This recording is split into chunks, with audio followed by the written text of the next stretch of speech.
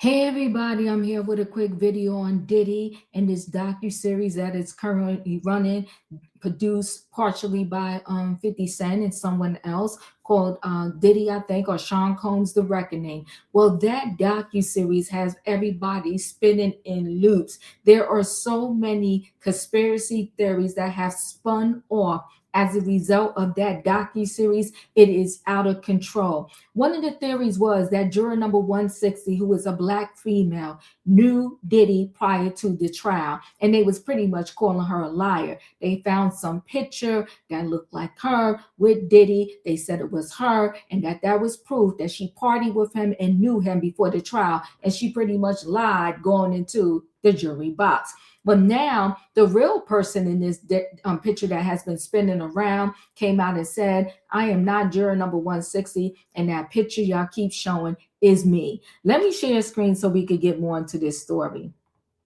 because it's a hot stinking mess. So, mystery behind the theory Sean Diddy Combs knew juror number 160 before his trial is solved after viral photo sparks speculation. The mystery behind a viral photo of Sean Diddy Combs and what people believe to be a juror from his 2025 federal trial has been solved. Netflix docuseries Sean Combs, The Reckoning, was released last week and featured 2 of the 12 jurors who acquitted the rapper 56 from his ex-trafficking and racketeering conspiracy charges that could have put him in prison for life. After the documentary aired, a photo of a woman with Diddy from years ago went viral, with many mistakenly identifying her as juror number 160 and accusing the juror of lying and not being a fan. But now a woman named Winter has spoken out and said she is the woman in the photo with Diddy, not the juror in question. She wrote on X, I am not the juror. Wow. In the docuseries, juror number 160 identified herself as of that generation who basically grew up listening to the music that he was involved in, meaning Diddy. That is juror number 160. From Biggie to 112, I even like Day 26. I wasn't a personal fan of his, but in general, the music. The juror went on to say she knew the jury's verdict would be controversial. She said, when we were in the deliberation room and we come to an agreement, and we were only saying that he's guilty of these 2 counts, my words exactly were, oh shoot. She didn't say shoot, but that's how I'm gonna say it.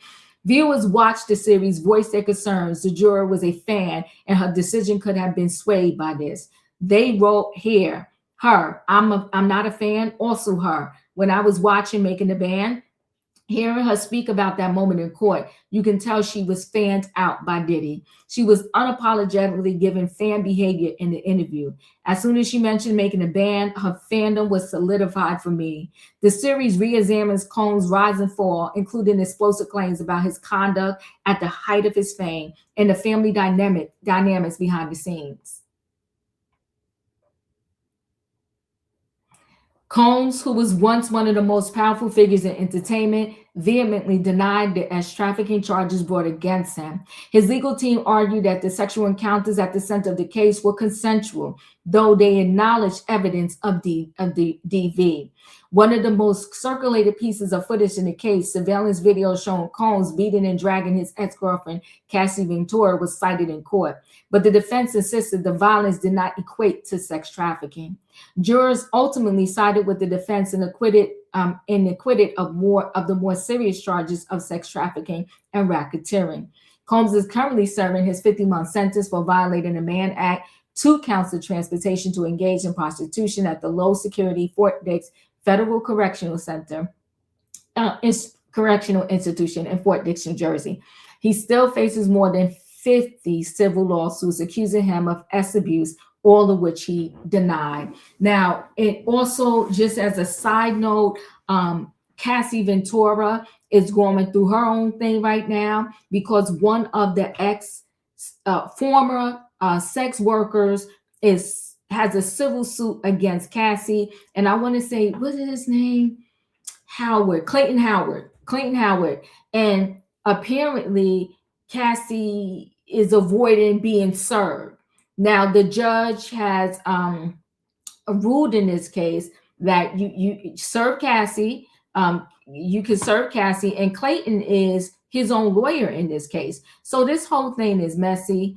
And I don't even know what to say about it anymore. But Cassie should definitely not ignore this lawsuit from Clayton, because a lot of times when they ignore, when not just when people ignore lawsuits, they get these default judgments, and the default judgments are nasty.